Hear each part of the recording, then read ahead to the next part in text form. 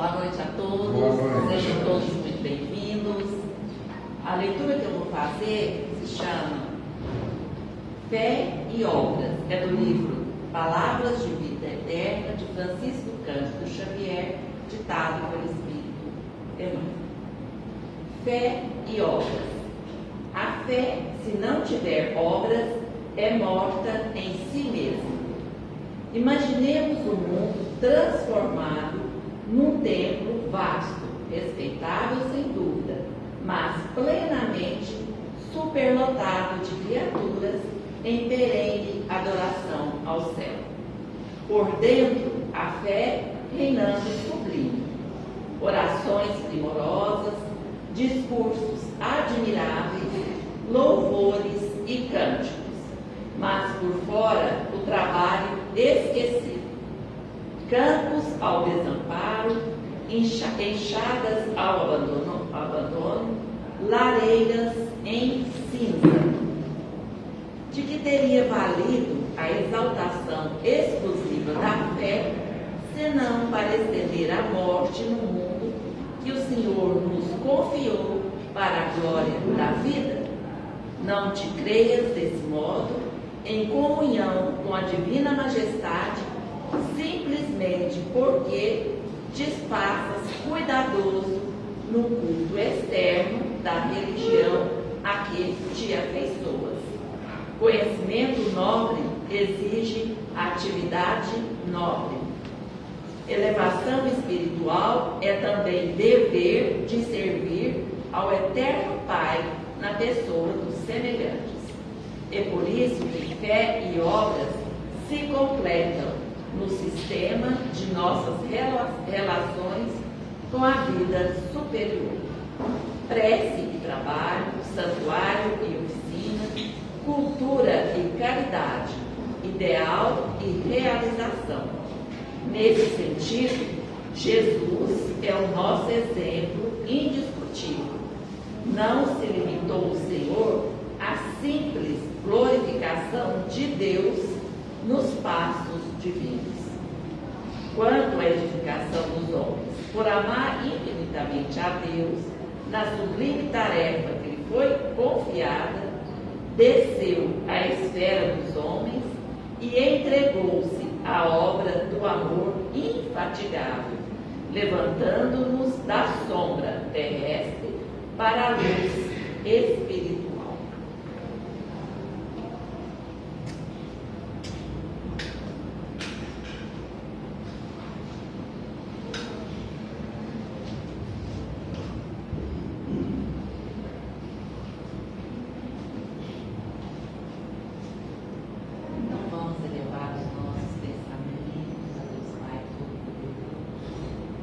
Pedindo a Ele que nos envolva com muita luz, com muita paz, que derrame bênçãos de amor sobre nós, sobre esse ambiente, sobre os encarnados, sobre os desencarnados, que todos nesse momento possam ser envolvidos em vibrações boas, vibrações de amor e vibrações de paz.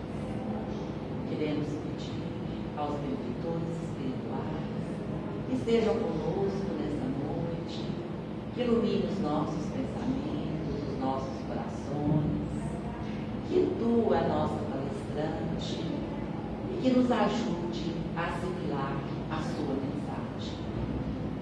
Confiando sempre em Deus, em Jesus, na espiritualidade, nós vamos dar início aos trabalhos da noite de hoje. Que assim seja.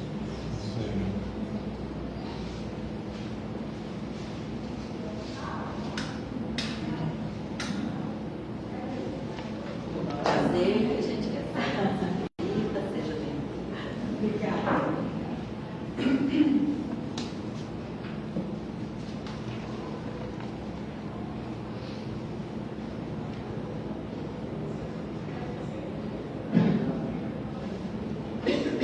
Muito boa noite a todos. Boa noite.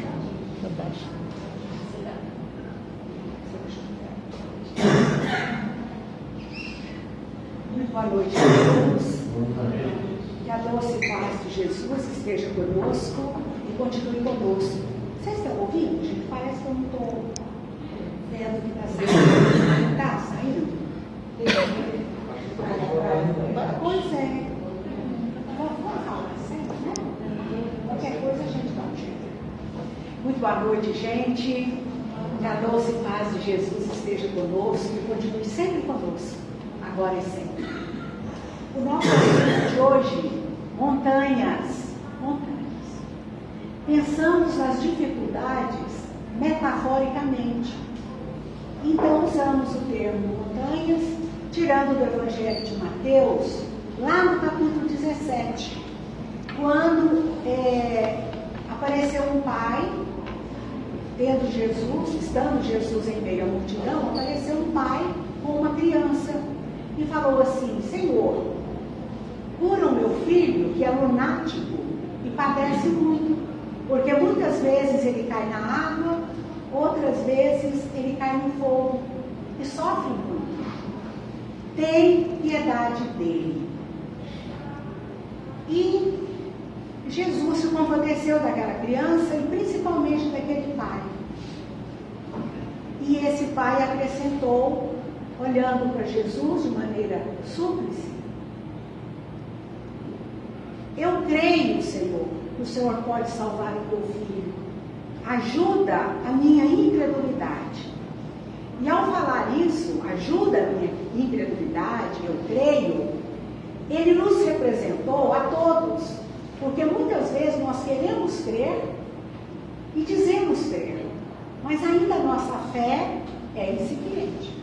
Porque a fé é uma conquista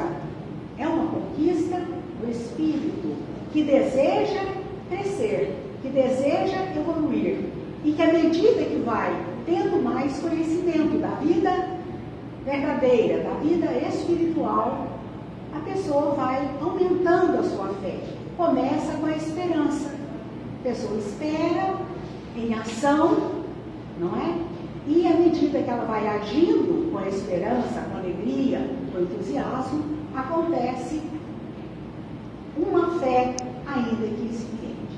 Então, o pai do menino lunático, narrado pelo Evangelho de Mateus 17, nos representa muito bem. Porque quantas e quantas vezes nós desejaríamos ter mais fé, acreditar mais, termos mais confiança, não é? Em um futuro melhor, e muitas vezes até em nós mesmos. E aí, Jesus, conversando com o pai da criança acrescentou: Eu trouxe o meu filho aos seus discípulos e eles o não puderam curar. Eles não puderam curar o meu filho. Eles não conseguiram. E aí Jesus, olhando para os discípulos dele, falou: Ó geração incrédula e perversa, até quando eu hei de vos sofrer? Ou seja, eu hei de sofrer por vocês. Até quando vocês vão ficar nessa descrença, nessa incredulidade? E disse: se tiverdes fé, essa frase é famosíssima, se tiverdes fé do tamanho de um grão de mostarda, podeis dizer a esse monte: passa daqui para lá, e ele há de passar. Então, nós tiramos disso daí a palavra monte, a palavra montanha, simbolizando as nossas dificuldades. Porque qual é a montanha, ou quais são as montanhas que nós desejamos mudar de lugar, transferir, diminuir, escalar? Quais seriam essas montanhas? São as nossas dificuldades, são os nossos problemas, é a nossa descrença, é a nossa inaceitação, são as nossas doenças, os nossos pedidos de cura, de aceitação, enfim, as nossas dificuldades. Porque quando nós estamos subindo, isso literalmente, materialmente falando, quando nós estamos subindo, uma subida pequena, um morrinho, não precisa nem ser uma montanha, porque nós nem somos assim, de subir montanhas, né? Quando nós estamos subindo uma pequena subida, um pequeno monte, uma pequena montanha, nós encontramos algumas dificuldades. Isso materialmente falando.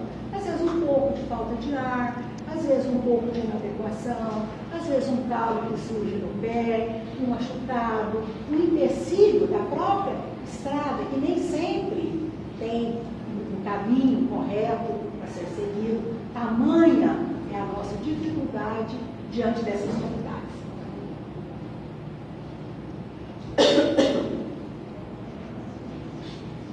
Então, metaforicamente, nós podemos chamar as nossas dificuldades, quaisquer que sejam elas, de montanhas. As montanhas das nossas vidas. E em determinados momentos, todos nós escalamos montanhas.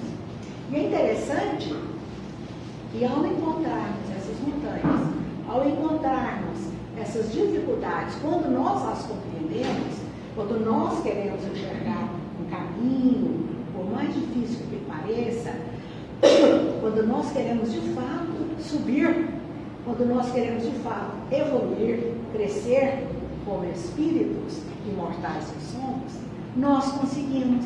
E a tarefa nos parece mais fácil. E a tarefa nos ensina muito essa tarefa de subida espiritual.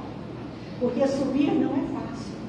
O próprio Emmanuel fala que a subida é sempre difícil, seja ela material, mas principalmente a subida que significa evolução, a subida que significa crescimento espiritual, que é esse crescimento, gente, que nós viemos fazer aqui.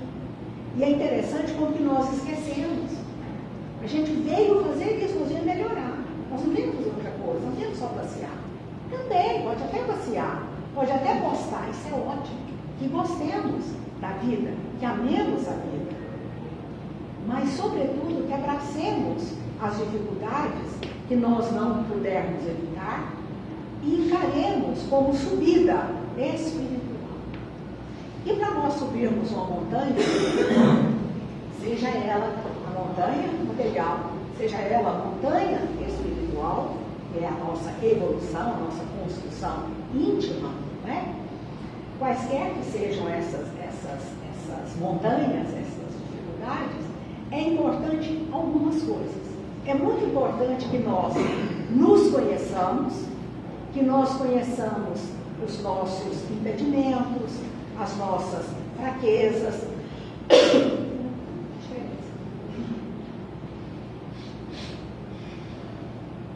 É importante que nós tenhamos em vista as dificuldades pessoais, as limitações, mas também as vantagens.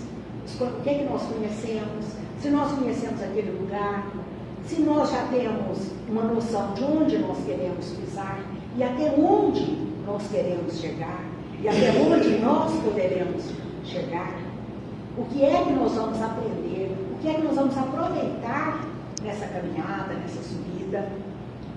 Então, da mesma forma que nós analisamos uma subida material em uma montanha, nós podemos também encarar uma subida espiritual, que é a nossa evolução, que é principalmente aquilo que nós viemos buscar aqui na Terra, a nossa elevação íntima. Então, daí a importância daquilo que nós chamamos de autoconhecimento.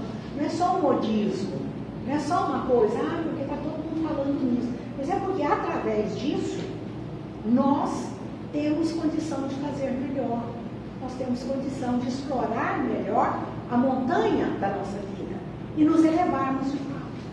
Porque se nós vamos escalar grandes dificuldades, nós vamos passar por grandes momentos, não sabemos. Mas é importante que valorizemos aquilo que nós temos, aquilo que nós sabemos e que façamos o melhor ao nosso alcance. Diante de qualquer dificuldade, diante de qualquer dor, diante de qualquer aprendizado, diante de qualquer trabalho, seja um trabalho material, seja um trabalho espiritual, que seja, tudo são experiências que a vida nos traz, nos propicia e que nós saibamos aproveitar a oportunidade santa e bendita de estarmos aqui, agora, trabalhando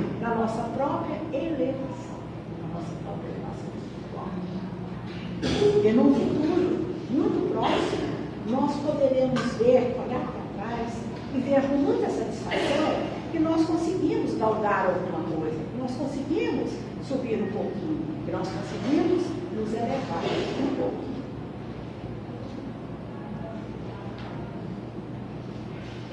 Tem uma questão, eu quero ser repetitiva com ela, que eu gosto demais,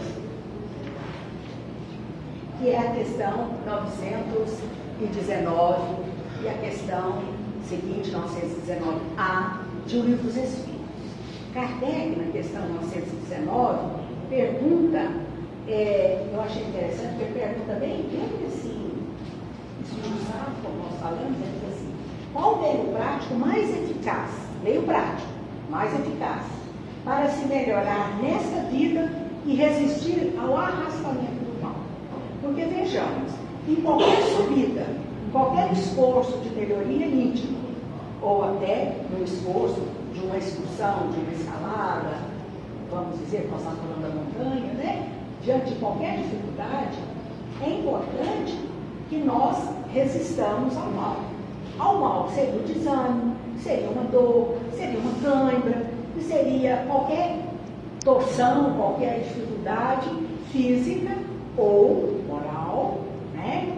Qualquer dificuldade que nós encontremos pelo caminho, que nós resistamos a isso. Então, Kardec pergunta, na 919, qual o meio prático mais eficaz? Olha que pergunta, gente. Mais eficaz para se melhorar nesta vida e resistir ao arrastamento do mal. Por quê? Porque o mal arrasta. O mal arrasta. Ele influencia, ele arrasta, ele muitas vezes nos vence. Através de uma maneira mais sutil ou mais ostensiva, mas geralmente de maneira muito sutil, muito até bonita, aparentemente, muitas vezes nós somos arrastados para o erro, através da desistência, da continuidade do esforço de elevação. Porque para nós nos elevarmos, em qualquer sentido que seja, tem que haver um esforço. E muitas vezes nós não queremos. Nós queríamos as coisas mais fáceis. Nós gostaríamos de maior facilidade. Principalmente quando somos espíritos ainda mais imaturos. Psicologicamente imaturos. Mesmo que tenhamos 70, 80 anos, sejamos idosos até. E muitas vezes a pessoa é idosa, mas é imatura, é manhosa, é preguiçosa. Por quê? Porque quer facilidade. Então, muitas vezes, em amando as pessoas que são próximas, filhos, parentes, familiares, mesmo amigos, nós os mimamos. E fazemos tudo daquela pessoa. Às vezes coisas até absurdas, desnecessárias. E, às vezes, cultivamos esse hábito de agradar. É um péssimo hábito. Nunca falamos não. Às vezes a gente faz uma coisa, custa fazer, vai custando fazer, vou fazer, não vou. Não, fulano quer. Eu não vou contrariar. Nós não precisamos contrariar, mas podemos ser sinceros, não é? Para que, principalmente, filhos, crianças, jovens, não se tornem manhosos, não se tornem mal acostumados. E muitas vezes, depois, no futuro, nós não podemos mais fornecer aquelas benesses, aquelas benfeitorias para eles, e eles vão sofrer, porque o mundo vai dizer não, o que é natural, e eles não vão saber aceitar. Eles vão ficar revoltados. Ah, meu Deus, que coisa boa, que era o tempo do meu pai, da minha mãe, da minha irmã, fulano, de tal, porque eles faziam tudo que eu queria. Imagine uma pessoa acostumada a ter o que quer, seja em que sentido for, no sentido material, no sentido qualquer que seja, né? Daí a importância de nós sermos verdadeiros. Não precisamos ser grosseiros, mas podemos ser e devemos ser verdadeiros. Como Jesus era. Lembram? Nós conhecemos o Evangelho, como Jesus falava claro para os discípulos, como ele chamou a atenção, por exemplo, quando eles não puderam curar o menino lunático, por exemplo, porque ele entendeu que eles tinham condição de curar aquele menino. E eu achei muito interessante, voltando ao assunto do menino lunático, porque logo em seguida ele cura o menino e fala, essa casta de demônios, né, que eram os espíritos que estavam obsidiando a criança, estavam perturbando a criança, e ele diz, essa casta de demônios só se afasta à custa de jejum e oração. Então não basta só a fé. Entenderam? Jejum e oração. Jejum de quê? Será que é ficar sem comer carne? Será que é ficar sem comer comida? E lá, né, sem comer tantas horas para poder fazer uma cura? Não. Jejum de tudo que é ruim, de tudo que é pesado, de tudo que é grosseiro, de toda maledicência, de toda descaridade, de toda maldade, de tudo aquilo que é negativo. Se nós quisermos ser curadores, se nós quisermos curar, nós devemos nos abster, fazer jejum de tudo que for negativo. Esse é o jejum que Jesus prescreveu. Não é o jejum de comida. Ok, em determinadas circunstâncias, sim. Porque nós temos o hábito de transformar em material tudo que é espiritual. Né? Então, fazem-se jejuns e mais jejum. Porém, isso não é tão importante, aliás, não tem importância, tanto quanto em entender o significado profundo desse jejum prescrito por Jesus. Que é o jejum das más obras, das más ações, dos maus sentimentos. Emmanuel nos fala no livro Roteiro, um livro maravilhoso, extremamente profundo, extremamente filosófico. No livro Roteiro tem uma mensagem dele, né? Capítulo que se chama Ante a Vida Mental. Aí ele fala da importância de nós termos cuidado com a nossa mente, porque a nossa mente é que nos representa em todo lugar que nós estamos. Desde aqui a Terra, né? Ainda a aparência conta, o material conta, tudo, mas nós somos representados de fato pela nossa vida mental, pela nossa vida íntima. E de fato nós somos, pelo que de fato emana de nós, sai de nós, extrapola. Então isso é produzido, vamos dizer assim, fabricado intimamente pelo nosso lado mental, pelos nossos pensamentos e pelos nossos sentimentos. Nessa mesma lição, nessa mesma mensagem, intitulada Ante a Vida Mental, no livro Roteiro, Emmanuel fala que o pensamento é uma coisa, é uma substância. Não é uma coisa tão assim, não tem nada, pensamento tanto faz, eu posso pensar o que eu quiser. Posso, nós temos a liberdade de pensarmos, de sentirmos, até de fazermos. Nós podemos, mas como diria Paulo de Tarso, podemos tudo, mas nem tudo nos convém. Não é? Então, à medida que nós crescemos, um pouquinho, nós entendemos que nós não podemos dar vazão a todo tipo de pensamento, a todo tipo de desejo, a todo tipo de sentimento, de emoção, etc. E que nós devemos nos educar. Isso é a nossa educação íntima. Isso é a nossa educação íntima. Por isso que quando lá o Kardec perguntou na codificação, né, na pergunta 19, qual o meio prático mais eficaz para se melhorar nesta vida e resistir ao arrastamento do mal, Santo Agostinho respondeu: um sábio da antiguidade nos disse, conhece-te a ti mesmo. Simples assim. Não é? Assim. Conhece-te mesmo. Está tudo certo aí. No momento que nós nos conhecemos, nós vamos nos desvincular, nós vamos nos desviar do mal, do erro, da criminalidade, dos nossos pensamentos, e nós vamos prestar atenção. Não é prestar atenção em nós. Essa atenção que nós damos para os outros, demais até, nós vamos passar a dar para nós. Não é que nós não devemos dar atenção para os outros, não é isso. No sentido de educação, é para nós. E nós temos que nos honrar. No sentido da intimidação. Eu tenho a ver com a educação das pessoas que estejam sob a minha responsabilidade. Quais sejam as pessoas das quais eu dou conta, que são menores de idade, ou que são filhos, ou que são alunos, ou que são familiares que estão sob a minha proteção, ou uma pessoa que já esteja senil, esteja muito doente, pela qual eu possa me responsabilizar e responder por ela. Aí sim, só isso. Fora isso, as outras pessoas não. Né? Nós não temos que preocupar com a educação daquela pessoa, com a educação íntima daquela pessoa, absolutamente. Né?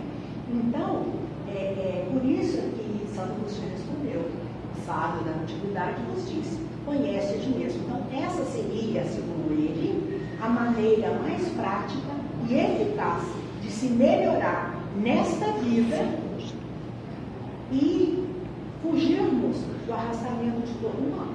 O alto, assim, isso aí ele fala com todas as letras. E aí, Kardec insiste, no 919A, ele insiste assim, falando. Compreendemos toda a sabedoria dessa máxima. Porque Kardec era danado, né? Nós compreendemos, que é importantíssimo o autoconhecimento, ele falou. Mas a dificuldade está precisamente em se conhecer a si próprio. Essa é a dificuldade. Falou lá o Kardec. Qual o meio de chegar a isso? Aí, Santo Agostinho continuou e respondeu. Uma sugestão que ele deu seria fazermos como ele fazia quando estava na Terra. Porque aqui é Santo Agostinho, espírito, né? Já desencarnado. Foi lá na sessão e respondeu a pergunta de Kardec. E ele fala, quando eu estava na Terra, todo santo dia eu fazia perguntas a mim mesmo. É uma das questões importantes nós prestarmos atenção. Fazer perguntas a nós mesmos. Eu estou certa nisso? Isso que eu estou pensando é bacana? Isso que está como quase que uma ideia fixa? Será que isso não seria uma perturbação, uma interferência? Porque muitas vezes tem. Muitas vezes os espíritos interferem no nosso pensamento. Mas por que os espíritos interferem no nosso pensamento? Será que é assim, à toa, Zé Arro? Porque eu tenho o pensamento da Maria Helena. Vou deixar ela nem falar nada hoje lá no centro. Será que é simples assim? Não, não é. Por quê? Porque são aqueles que estão afins. São aqueles aos quais eu me ligo ou que eu os chamo pelos meus desejos. É bem simples, bem fácil nós entendemos.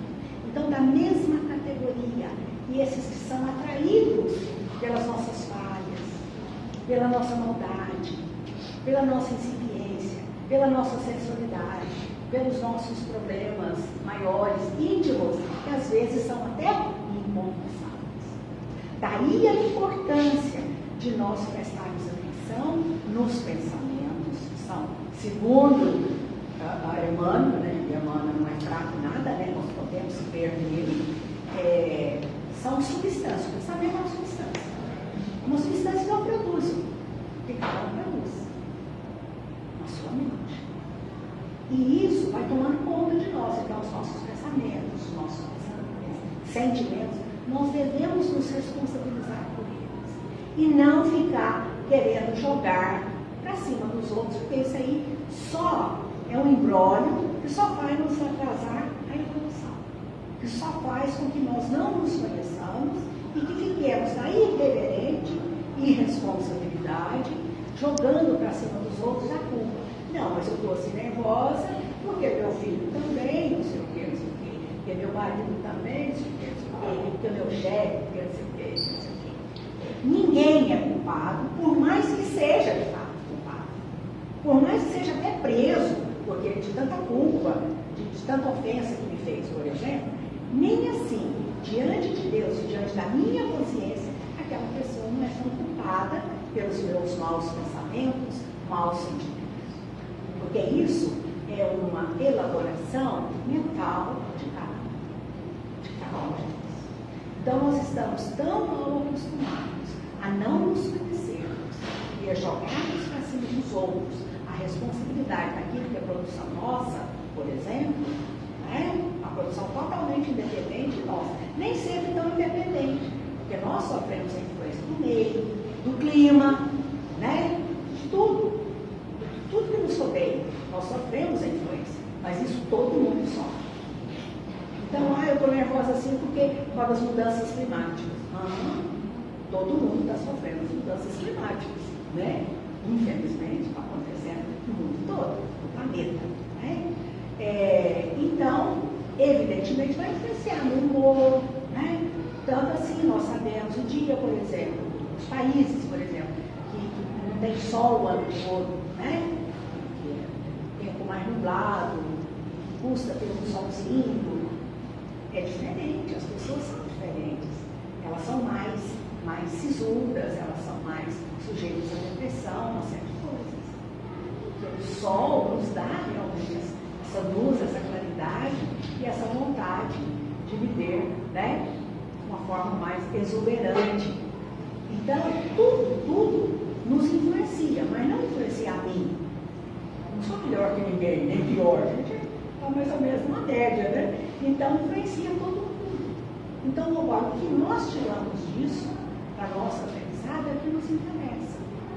Aí é importante nós nos conhecermos para tirar melhor proveito da vida que nós temos, da situação que nós temos, da família que nós temos, da casa, das coisas materiais, sim, tirar proveito, o melhor proveito para a nossa evolução. O que eu posso fazer de melhor, né, para poder crescer? Eu tenho tanta coisa. E se for o contrário, se eu não tiver nada materialmente falando, também é uma extrema oportunidade de evolução. Né? Assim como a fartura, ela produz, a fartura material, que estamos falando, né? Ela faz com que a pessoa tenha a oportunidade de servir, de aprender, de aprimorar-se muito. Da mesma forma, a ausência de qualquer bem, ou seja, a miséria, vamos dizer assim, material, também é uma oportunidade imensa de elevação. Pela compreensão, pela aceitação, pelo sacrifício e pela renúncia a tantas ilusões nesse mundo. Porque, na verdade, manifesto é, abram aspas, que nada levaremos nesse mundo. Né? A não ser aquilo que nós temos como qualidades, aquilo que nós fizemos de nós mesmos. Isso nós vamos levar, não é? Então nós vamos levar todos os atributos, todas as qualidades e todos os defeitos que nós temos e que mantemos em nós. A nossa vida mental, aquilo é o nosso patrimônio. Daí a importância de nós burilarmos isso, de nós trabalharmos isso com muito boa vontade, com muito entusiasmo, contando certos com a espiritualidade maior, porque os espíritos bons se preocupam conosco, eles nos ajudam sim, se nós pedirmos com sinceridade, para nos esclarecerem, para nós conseguirmos enxergar, porque não é fácil, é difícil, é uma ciência, é uma sabedoria que nós temos aqui, né? Do autoconhecimento, é muito difícil. É mais fácil nós vermos, como o próprio Cristo disse, né? A gente vê qualquer coisa no olho do outro, mas não vê a trave imensa do nosso olho. É muito mais difícil. Se eu coloco uma coisa grudada no meu olho, eu não vejo isso. Eu estou no escuro, não estou vendo nada não. Aí o copo está aqui, eu estou vendo. Todo mundo está vendo, não é? Eu também estou vendo, porque está muito perto. Então o que está dentro é a mesma coisa, é até pior. O que está dentro de mim, se eu não me esforçar, eu não vejo. Eu não vejo. As pessoas, tanto defeito quanto qualidades. Nós temos. Mas aquilo tudo fica de uma forma abafada, fica no inconsciente. Então é preciso nós trazermos isso à tona. Como que eu faço? Com esforço. Com esforço, com a vontade, porque a vontade é uma ferramenta importantíssima da nossa evolução. Sem a nossa vontade, consequentemente sem o nosso esforço, porque se nós tivermos vontade, nós não fazemos força. Não é isso? Então é preciso vontade para nós fazer e termos esforço. E é através do esforço, da busca constante, da perseverança, de tantas outras ferramentas que nós vamos descobrindo, que nós conseguimos crescer. E não é nem de uma vez, é muito devagarinho. Às vezes no meio do caminho a gente perde o rumo, né? Mas a conquista da verdade em nós, a conquista do Evangelho, a conquista não só do conhecimento do Evangelho, mas da prática do Evangelho, principalmente. Então, às vezes, as pessoas pensam, nossa, fulano tem tanto conhecimento, às vezes tem só porque tem muita memória, capacidade de memorizar, e porque valoriza aquilo ali para poder dizer que sabe, mas não pratica. Não pratica. Às vezes o mundo interior é pobre, é triste, é mesquinho, é pequeno, por exemplo. Isso pode acontecer. Até para o pregador evangélico. O evangelho que eu falo não é no evangelho de religião, é evangélico, do evangelho, pregador de evangelho. Pode acontecer em qualquer um de nós. Né? Da pessoa até pregar bem, até falar bem, mas a sua vida íntima, o seu mundo mental é pobre. Porque ela não se modifica. Ela acha, eu sei isso aqui, está pronto, não era de fazer. Porque aprender basta ser inteligente, basta estudar, basta ler, passar uma lista de olhos assim, né? A gente aprende um monte de coisa rapidinho. Porém, o verdadeiro aprendizado ele é fixado através da ação sincera, da busca sincera do bem, não é? E esse bem faz com que nós nos transformemos. E não é só bem dos outros, não, gente. Eu espírita, principalmente, eu falo isso como eu digo, porque eu sou espírita, sou igual a todo mundo, né? A gente acha muito chique, muito importante fazer o bem para os outros. E é, né? Mas nós somos os agentes mais importantes da nossa vida. Nós devemos ser o objeto da nossa observação, das nossas buscas. Concordam com isso? E não só os outros. Eu faço para o outro. Não, é porque você tem filhos, vou fazer só para o outro. Não. Isso em qualquer sentido. Nós temos que nos valorizar no sentido não de orgulho, mas no sentido de autoconhecimento, de nos valorizarmos e de sabermos que o que eu fizer para mim, ou por mim, pela minha evolução, falando bem de coisa material, pela minha evolução, pelo meu aprimoramento, pela minha melhoria íntima, pela minha vida mental, fica feito. É uma construção pessoal e intransferível. E só assim ela pode ser feita. Ninguém realiza a intenção de ninguém, nem pai, nem Deus. Não é que ele não pode, é que ele não faz, isso não faz parte das leis dele. A evolução é uma tarefa de cada um. O aprimoramento, o autoaprimoramento é alto com U, né? Pode ser até alto com L, mas é autoaprimoramento, ou seja, pessoal, tudo aquilo que é importante para nós é pessoal, ninguém faz por nós temos que fazer. Nós temos que repassar as mangas, subir a montanha das dificuldades, superar os obstáculos, encontrar as escaladas ideais, parar, dar um tempo quando o fôlego acaba, retomar, acertar o passo quando errarmos, porque vamos errar muitas vezes. Não basta o simples propósito de acertar.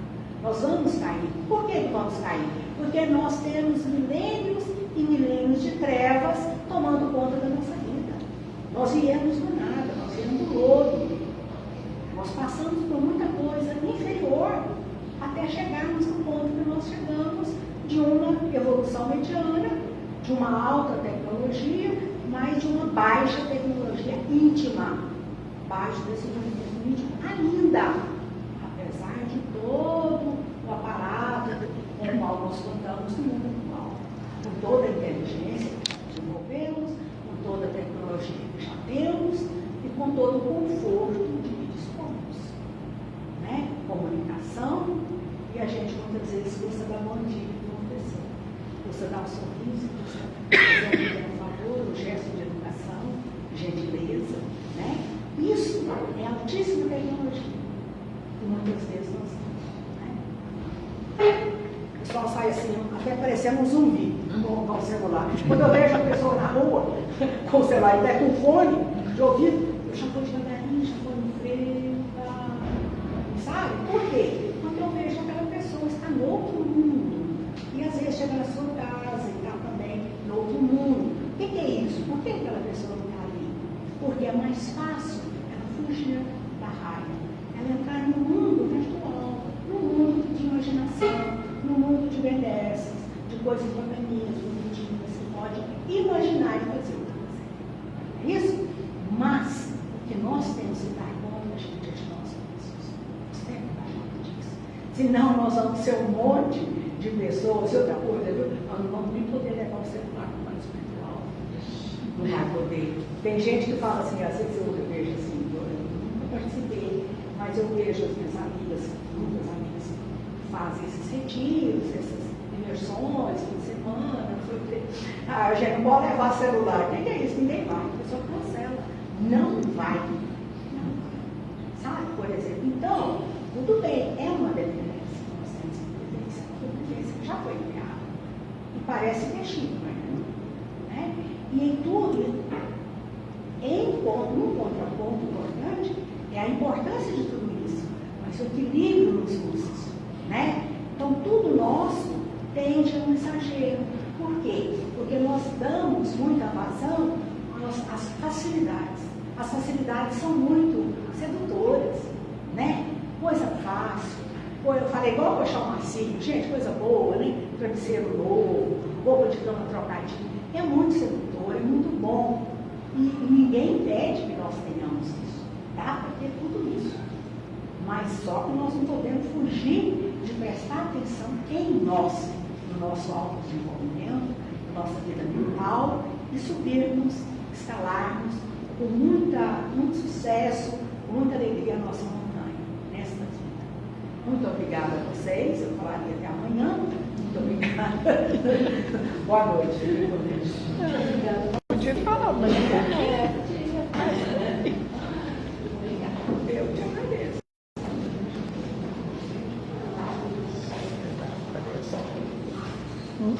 esperar.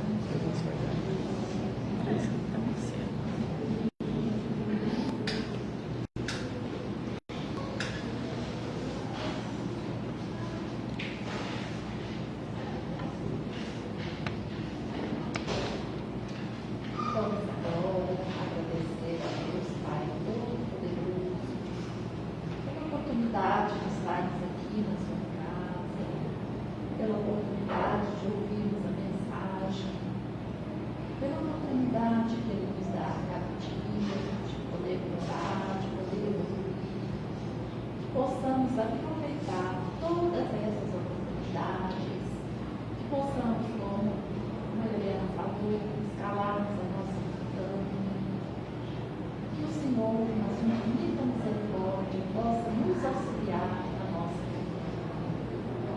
Queremos pedir que Ele esteja sempre conosco, que Ele nos abençoe e nos proteja a todo dia.